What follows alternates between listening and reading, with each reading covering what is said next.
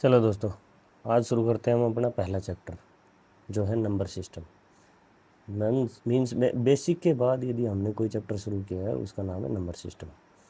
Number system में क्या है नंबर सिस्टम? नंबर सिस्टम है कि नंबर्स की अरेंजमेंट, कि भाई नंबर्स कितने टाइप के हैं, उनको अलग अलग कैसे ऐसे अरेंज करें कि जब हमें जिस नंबर को चाहिए वहाँ से पिक कर लें। सिंपल सी बात ये है, ठीक है। तो इसका इम्पोर्टेंस क्या है? पेपर में सवाल कैसे करेंगे? बहुत से बच्चे हैं जो पेपर में एग्ज़ाम में क्या करेंगे कि ऑप्शन से क्वेश्चन उठाते हैं और सॉल्व करते हैं। बहुत अच्छी बात है, बट जब आप ऑप्शन से करते हो तो आपको चैप्टर की नॉलेज नहीं है।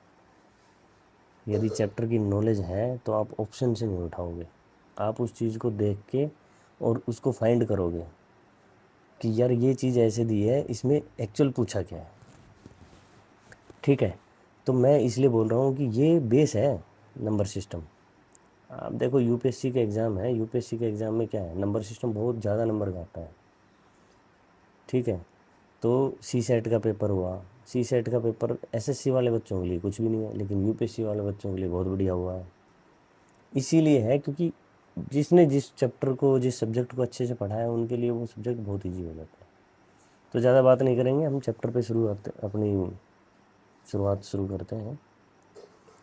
चलो, नंबर सिस्टम है क्या? ये है नंबर्स को अरेंजमेंट करने का तरीका। तो दो तरह के नंबर हैं, क्या क्या? एक रियल और एक इमेजिनरी।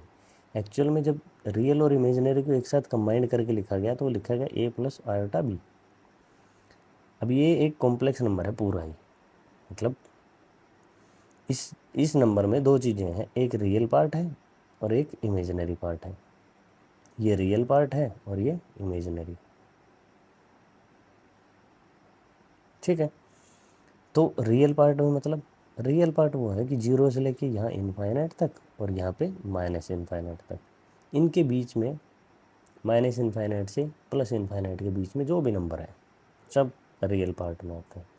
फिर इमेजिनरी, फिर आप सोचोगे कि यार बच क्या गया, यही आ गए, तो भाई बच गया ना, इमेजिनरी पार्ट आ गया जो इनके बीच में नहीं। ये तो हमें पता है, ये तो हम दिन दिन यूज करते हैं।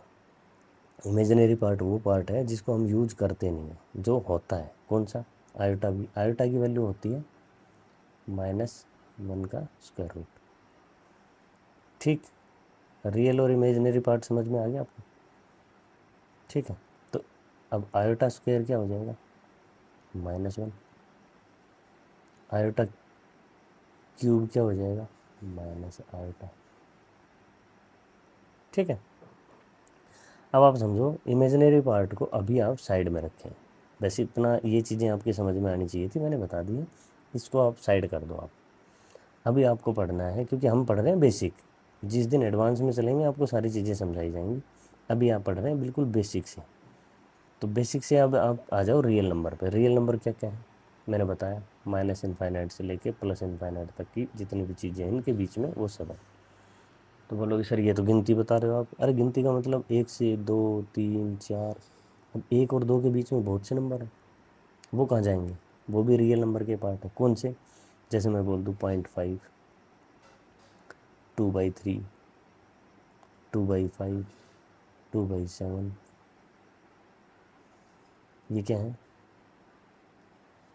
0 1 के बीच में, इनके बीच में, इनके बीच में, सबके बीच में है, ठीक है।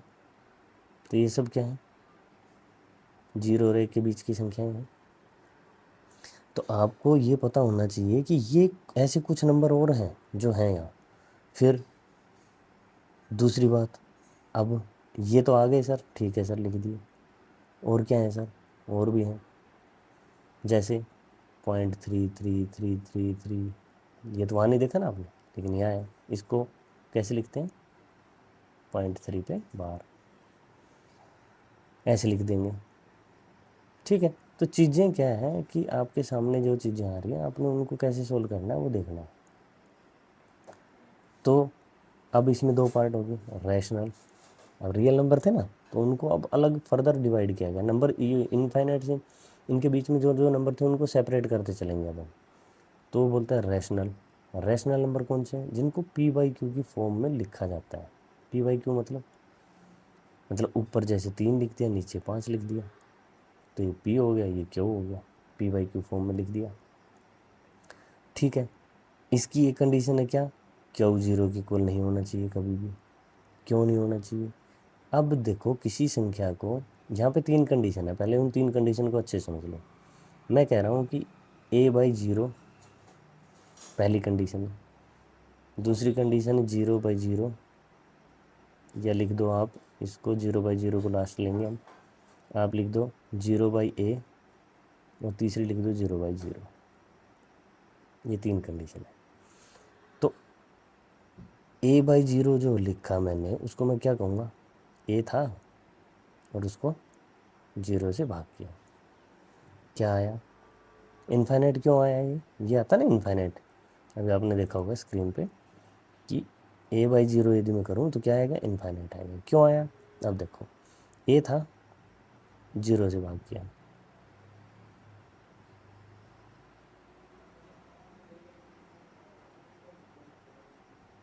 कितने पे जाएगा, 0 से 1 पे जाएगा 0, 2 पे जाएगा 0, 3 पे जाएगा 0।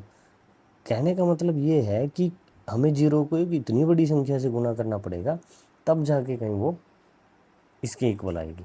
और वो इतनी बड़ी संख्या क्या होगी कि वो इनफाइनाइट के बराबर कोई संख्या है जिससे इसकी मल्टीप्लाई करूं, क्योंकि 0 एक इतनी छोटी संख्या है, इतनी छोटी संख्या है, इतनी छोटी संख्या है कि मतलब उसको यदि किसी चीज़ से गुणा कर दें तो वो बस ये समझ लो कि वो 0 ही हो जाती है। क्यों, बहुत छोटी संख्या है।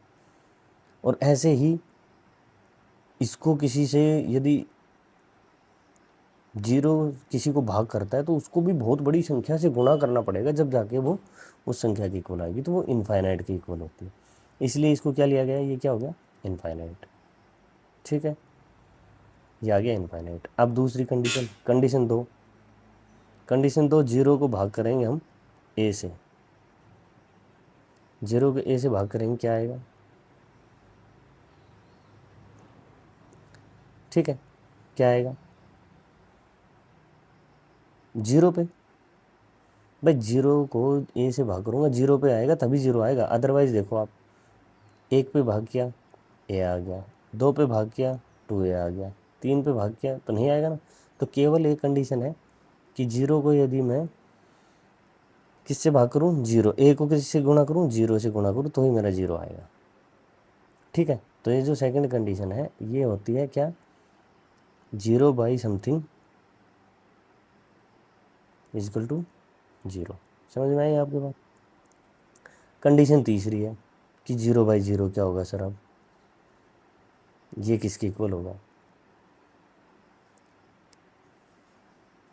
0 अपॉन 0, ये किसके इक्वल होगा। ये एक्चुअल में क्या है, 0 बाई 0 जो है, 0 को यदि मैं 0 से भाग करूँगा तो क्या आएगा, देखो 1 पे गया तो 0, 2 पे गया तो भी 0, 3 पे गया तो भी 0, ऐसे करके किसी संख्या से गुणो तो 0। तो भाई ये कोई डिफाइन थोड़े ना है, इसलिए 0 बाई 0 को बोला जाता है नॉट डिफाइंड।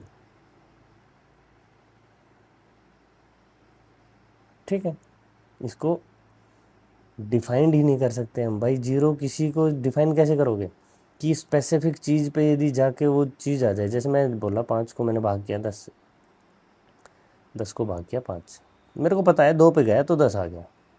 ऐसा थोड़े ना कि मैं इसको 3 कर दूंगा, 5 कर दूंगा, नहीं।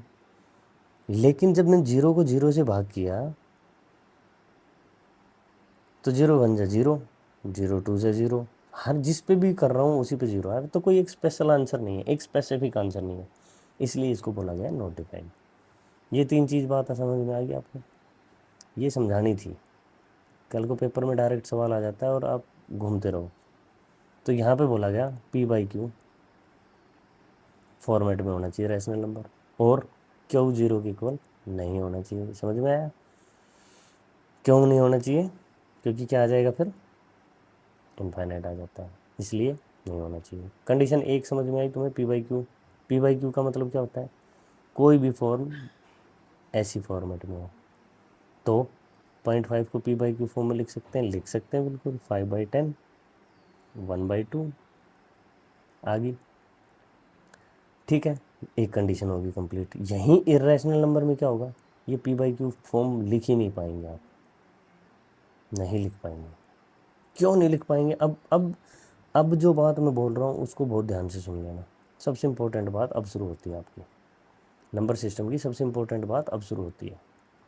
ठीक है, देखो जब पी बाई क्यू फॉर्म में लिखा जाएगा तो उसकी दो कंडीशन होंगी। पहली तो कंडीशन होगी कंडीशन 1, कंडीशन 2 कि वो संख्या रिपीटिंग होनी चाहिए। ठीक है, रिपीट होगी तो उसको टर्मिनेट कर देंगे 3 पे बार। रिपीट होने वाली संख्या को टर्मिनेट कर देंगे 3 पे बार। 3 पे बार का मतलब 3/9, 3/9 का मतलब 1/3। करके देख लो आप 1/3 को, 0.0 उतार लिया तो ये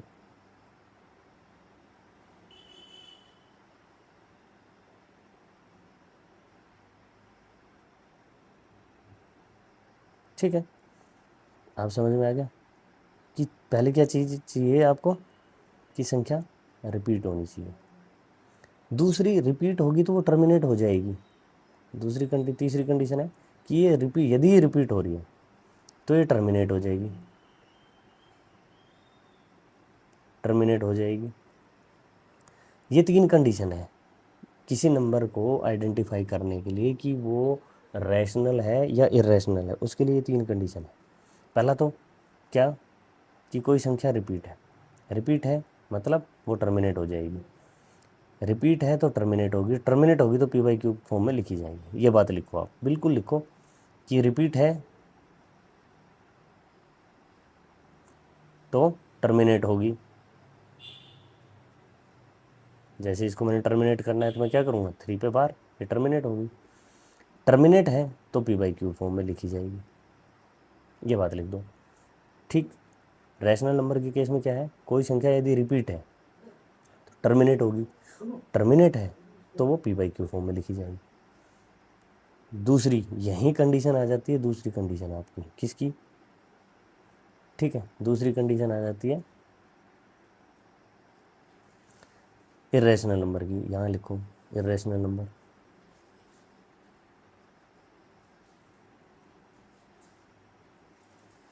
रिपीट ही नहीं है, कंडीशन एक, रिपीट नहीं होगा, रिपीट नहीं होगा मतलब 0.356213.254। जब आपको पता ही नहीं है इस दशमलव के बाद कितने अंक हैं तो आप इसको रिपीट टर्मिनेट कैसे करोगे। जैसे मेरे को पता है यहाँ तक है तो मैं लिख दूंगा ना 35654 ÷ 8। बस ये हो गया ना, लिख दिया ना मैंने पी बाई क्यू। क्यों, मेरे को पता है कि 4 तक आके ख़त्म हो गया, टर्मिनेट हो गया ये इस एंड पे आके 4 पर।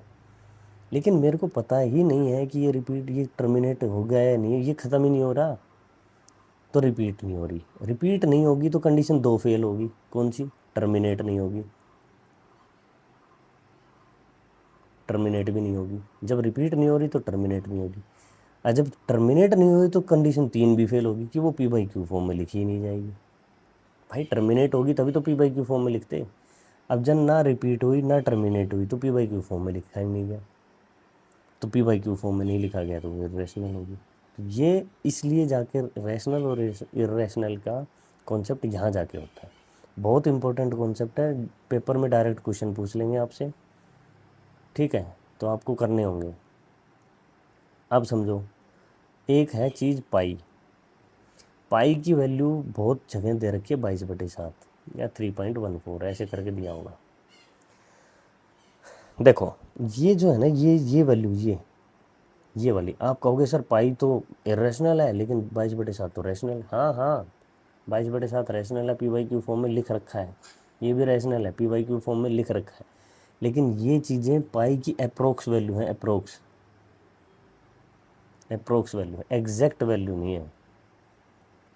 मतलब बिल्कुल प्रॉपर यही वैल्यू नहीं है। पाई की वैल्यू तो निकली ही नहीं है आज तक। लोगों ने 10,000 20,000 डिजिट निकाल लिए हैं दशमलव के बाद, लेकिन ख़त्म ही नहीं हो रही है, टर्मिनेट ही नहीं हो रही है। तो अकेला पाई क्या है, इरेशनल है इसलिए। और ये क्या है, ये रैशनल है दोनों। समझ में आया आपको। तो पाई की वैल्यू दी हो और 22/7 दी हो तो आप कंफ्यूज करने के लिए देगा वो आपको कि इनमें रैशनल कौन सा है, इरेशनल कौन सा है। दूसरी, √2, किसी भी चीज़ का स्क्वायर रूट लोगे, ये टर्मिनेट नहीं होते हैं, टर्मिनेट ही नहीं होते हैं। √3 टर्मिनेट नहीं होगा। √4 क्या है, रैशनल है। कितने आ जाएगा, 2 आ जाएगा ना, और 2 को p/q फॉर्म में 2/1। जैसे जितनी भी गिनती है 1 2 3 5 7, ये सब रैशनल है। क्यों, इनके भी अपॉन 1 लिख सकते हो, p/q फॉर्म आ गई, इनको रैशनल लिख देंगे, ये होंगे रैशनल नंबर, ये सब रैशनल है। तो रैशनल को छोड़ दें तो जो बच गए वो क्या है, इरेशनल है। कौन से, जिनके स्क्वायर रूट नहीं निकलते, √6 नहीं निकलेगा, नहीं निकलेगा इसका स्क्वायर रूट। जो नहीं निकलेगा स्क्वायर रूट तो वो टर्मिनेट भी नहीं होगा, तो वो हो गए इरेशनल नंबर। आप देखना एग्ज़ाम में आपको ऐसे दिया होगा, find the irrational number, find the rational number, rational number find करना है। ऑप्शन होंगे √2, √6, √9, पाई। अब जिन बच्चों ने स्क्वायर रूट के कॉन्सेप्ट को नहीं पढ़ रखा वो क्या करेंगे, सिर्फ कि यार ये इरेशनल है और तो सारे रैशनल लग रहे हैं, लेकिन भाई ये भी इरेशनल है, ये भी। लेकिन इसको जब हम सोल्व करेंगे तो इसका निकल के आ जाता है स्क्वायर रूट में 3 × 3, और इस स्क्वायर रूट का मतलब है पावर का आधा। तो यहाँ पावर 2 है और वहाँ आधी है, तो 3 की पावर 2 है और उसकी पावर आधी है। तो जब पावर के ऊपर पावर होती है ना, एक पावर के ऊपर दूसरी पावर, तो पावर मल्टीप्लाई हो जाती है, 2 × 1/2, और ये कट गई और ये आंसर आ गया 3 आपका। ठीक है, ये माइनस का भी हो सकता है, प्लस का भी। फिर बोले सर नेगेटिव नंबर रैशनल है इरेशनल, भाई नेगेटिव का रैशनल इरेशनल से कोई लेना देना नहीं है। यदि -3 है तो अपॉन 1 कर दूंगा ना, p/q फॉर्म तो है, तो रैशनल है, घबराना नहीं है इन चीज़ों में। ठीक, तो ये चीज़ें हैं। आपको रैशनल इरेशनल समझ में आ गया। रैशनल इरेशनल में सिर्फ इतनी चीज़ है, ये आपको बिल्कुल मैंने एक एक चीज़ बता दी है। यदि आपको अभी भी समझ में नहीं आ रही है तो आप वीडियो को दोबारा देख लें, आपको समझ में आ जाएगी कि रैशनल क्या है, इरेशनल क्या है। उससे आगे आते हैं, उससे आते हैं आपके, अब इन्हीं चीज़ों में था, देखो फ्रैक्शन कहाँ थे, रैशनल में ही थे ना फ्रैक्शन। जैसे मैंने 3/5 लिखा, रैशनल था ना, ये फ्रैक्शनल, ये फ्रैक्शन हो गया। इंटीजर 3 6 7, ये ऐसे नेगेटिव भी हो सकता है, -5 ऐसे, तो ये इंटीजर थे। तो रैशनल इरेशनल तो हो ही गई, इंटीजर भी हो गए। ठीक, यही हो गए। फ्रैक्शन भी बता दी, इंटीजर भी। अब इंटीजर कैसे होंगे भाई, इंटीजर भी 3 टाइप के हैं। नेगेटिव इंटीजर मतलब -3 -5, ठीक है। Positive integer 3 5, 0। Neutral integer, neutral, इसमें जोड़ूँ या इसमें जोड़ूँ कोई फ़र्क नहीं पड़ता, ठीक है। इंटीजर भी पार्ट कंप्लीट हो गया। देखो आगे तुम बिल्कुल आसान है सारा। अब होल नंबर और नेचुरल नंबर। नेचुरल नंबर का मतलब जो नेचर ने दी है, गिनती जो हम यूज करते हैं वो नेचर ने दी है हमें। 1 2 3 4 5 ऐसे करके इन्फिनिट तक, ये सारी गिनती है, ये नेचर ने दी है हमें, नेचुरल नंबर हो गए। होल नंबर, इसमें 0 ऐड कर दिया आर्यभट्ट साहब का, तो होल हो गया। भाई ये छूट रहा था नेचर से, ये हमने दिया, नेचर को बताया कि ऐसे करके ये हमारे पास था, लो ये और ऐड कर लो आप। आपने कहीं लिखा होगा, लेकिन यहाँ आपने जो दिए हम यूज़ नहीं कर रहे थे, अभी यूज़ करने लग जाएंगे, तो ये होल नंबर हो गए। फिर नेचुरल नंबर, नेचुरल नंबर फिर आएंगे। अब नेचुरल नंबर को अब अलग से, नेचुरल नंबर को अब अलग से करते हैं। क्या नेचुरल नंबर में अब क्या है, नेचुरल नंबर समझ में आ गया आपको। नेचुरल नंबर 1 2 3 4 ऐसे करके, ठीक है।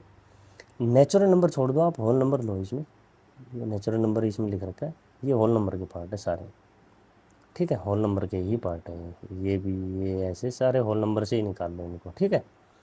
होल नंबर में 0 शामिल है ना, ठीक है। अब आप समझो, अभी आपको एक मैं ठीक सा कॉन्सेप्ट बताता हूँ, ये होता क्या है। देखो अब आता है, वो कहता है कि इवन नंबर क्या होगा। इवन, इवन क्या होगा भाई, जो संख्या 2 से भाग हो जाए, 2 से डिवाइड हो जाए। ओड, जो 2 से भाग नहीं हो। प्राइम और कंपोजिट। प्राइम नंबर बताता हूँ, पहले ये 2 सीख लो। इवन नंबर और ओड नंबर, ठीक है, दो दो हो गए। तो मैं जो कह रहा हूँ कि होल नंबर है, नेचुरल नहीं, होल नंबर है, तो मेरे को बताओ जीरो इवन है या ओड है, पहले बताओ तुम। जीरो को कहाँ रखूँगा, इवन संख्या में रखूँगा या ओड में?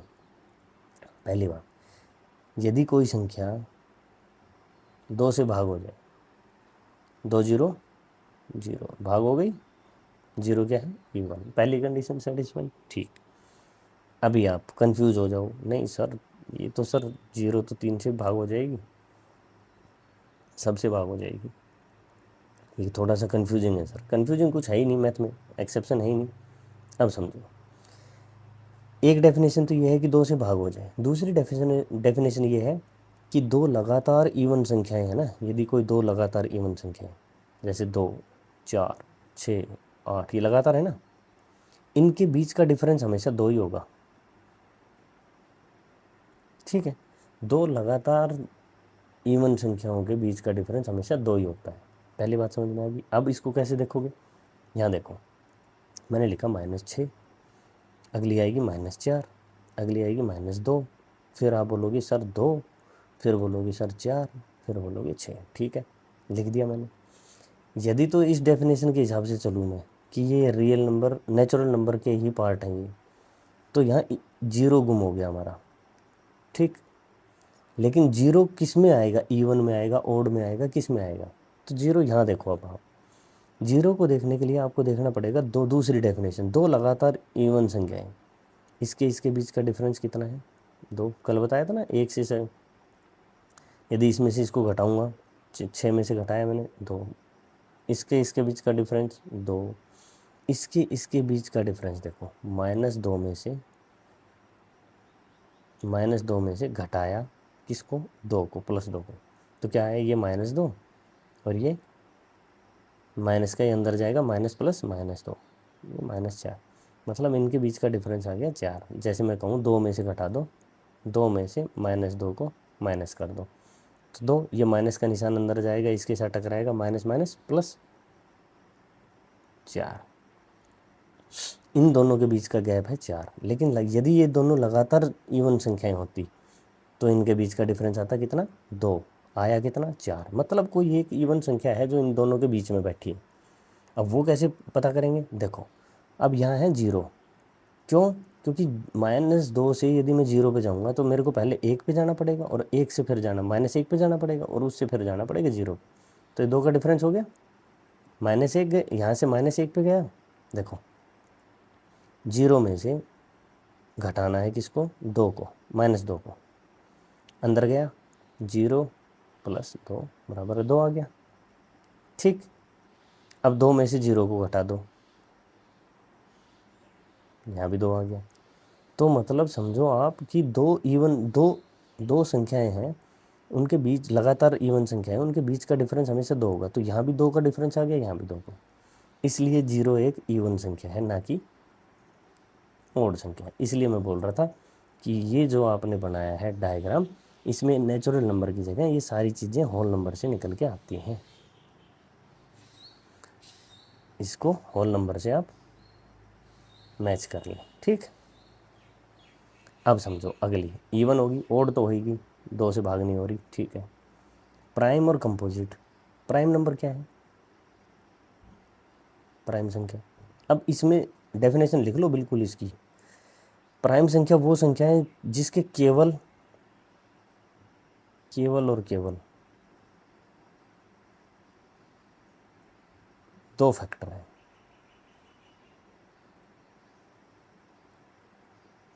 एक तो एक और एक वो खुद। ठीक है, 1 और सेल्फ। ठीक है, ये प्राइम संख्या है। तो कंपोजिट क्या होगी, कंपोजिट की डेफिनेशन ये है उसके 2 से ज़्यादा फैक्टर होंगे। केवल और केवल 2 फैक्टर का मतलब है कि ना 2 से ज़्यादा, ना 2 से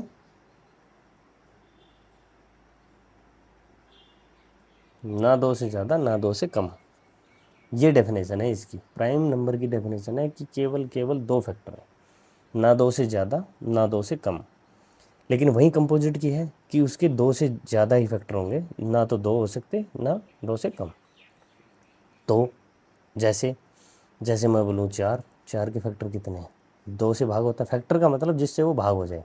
एक से भाग होगा होगा, दो से होगा होगा, चार से होगा होगा, तीन फैक्टर मतलब किस कैटेगरी में आएगा? कंपोजिट में। ठीक है, प्राइम और कंपोजिट की डेफिनेशन होगी। ठीक, अब देखो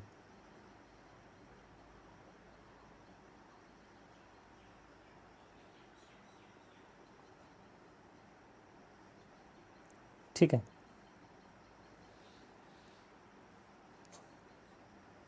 चलो मैं इसको थोड़ा सा और करता हूँ। अभी तुम्हें थोड़ा सा इसको बिल्कुल क्लियर करके दिखाता हूँ। यहाँ पे मैंने मान लिया प्राइम नंबर, यहाँ कंपोजिट। ठीक है, प्राइम नंबर और कंपोजिट। शुरू से शुरू करते हैं। दो प्राइम है या कंपोजिट? दो के क्या फैक्टर हैं? एक और दो। ठीक, कंपोजिट तीन, चार, दो, एक, दो और चार। ठीक है, तीन, एक और तीन, पाँच, सॉरी, छः, एक, दो, तीन और छः। ठीक है, पाँच, एक और पाँच। ऐसे जिस जिस भी ये ना ओड संख्याएं, अब आप बोलोगे ओड संख्याएं प्राइम नंबर होंगी, नहीं होंगी। नो देखो, नो ओड है, दो से भाग नहीं हो रहा ना। ठीक है, लेकिन फैक्टर देखो, एक, तीन, नौ। ठीक है, तो ये क्या होगी? दो से ज़्यादा फैक्टर होगी, ये यहाँ आ जाएगी, यहाँ आ गई नौ। एक, तीन, नौ। ठीक है, आगे बात समझ में? ये चीज़ समझ में आई कि भाई जिनके दो, केवल दो फैक्टर हैं वो क्या है? प्राइम। जिनके दो से ज़्यादा फैक्टर हैं वो कंपोजिट। अब बताओ वन क्या है? प्राइम है या कंपोजिट है? वन के फैक्टर कितने हैं? पेपर में यही सवाल आएगा। वन के फैक्टर केवल क्या है? एक, और खुद भी क्या है? वन। तो वन एक ऐसी संख्या है जो ना तो प्राइम है ना ही कंपोजिट। क्यों? केवल एक फैक्टर है इसका, एक फैक्टर है। तो पेपर में जैसे सवाल आएगा, find which one of the following is prime number. आप लिखोगे दो होगा, चार होगा, छः होगा, एक होगा। कंफ्यूज, ये तो होंगे नहीं, ये भी होगा। ये यार इसके भी दो ही फैक्टर हैं, एक भी है और खुद भी है। एक और खुद से मतलब ये है कि यदि एक और खुद खुद ही है तो वो ना प्राइम है ना कंपोजिट, ये कट जाएगा, यही आंसर होगा आपका। तीसरी बात, सबसे छोटा प्राइम नंबर क्या है? लिख लो ये चीज़ें जो मैं बोल रहा हूँ। सबसे छोटा प्राइम नंबर क्या है? सबसे छोटा, स्मॉलेस्ट प्राइम नंबर दो है।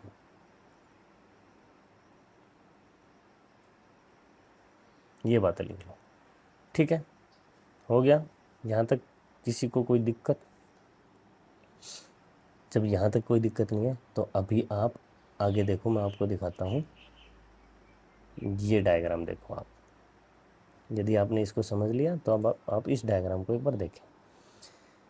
एग्जाम्पल ऑफ रैशनल नंबर देखो। नेचुरल नंबर हो गए, नेचुरल नंबर। होल नंबर में जीरो आ गई, इंटीजर में सारे हैं, सारे इंटीजर है ना, माइनस वाले भी प्लस वाले भी सब हैं इंटीजर में। रैशनल, रैशनल नंबर क्या है?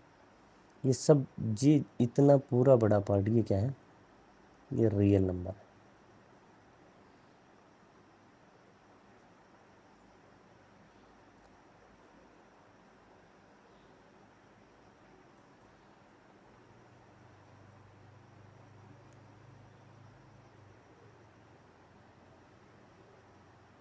रियल नंबर में ये दोनों आ जाएंगे, ये भी और ये भी। ये देख लो आप। ठीक है, आगे इनको ऐसे लिख दो, ये क्या होंगे? इरेशनल नंबर, ये रैशनल नंबर है। अभी आप इनको खुद से देखोगे तो आपके समझ में आ जाएगा कि रैशनल इरेशनल क्या होते हैं। तो आज हमारी वीडियो होगी है आधे घंटे की। आपको दो चीज़ें समझ में आ गई होंगी, रैशनल और इरेशनल नंबर। इससे ज़्यादा यदि मैं कराऊंगा तो आप कंफ्यूज हो जाओगे। पहले आज आप रैशनल नंबर्स को एक बार कैसे देखा जाता है उनको ढंग से देख लो। उसके बाद कल मैं करवाऊंगा क्या, यूनिट डिजिट कॉन्सेप्ट। आपको पता होना चाहिए कि यूनिट डिजिट क्या है, ठीक है, या डिविजिबिलिटी रूल। वो चीज़ें कल से शुरू करेंगे हम और उससे फिर आगे बढ़ेंगे, ठीक है। तो यहाँ तक का सफ़र रहेगा। Thank you so much.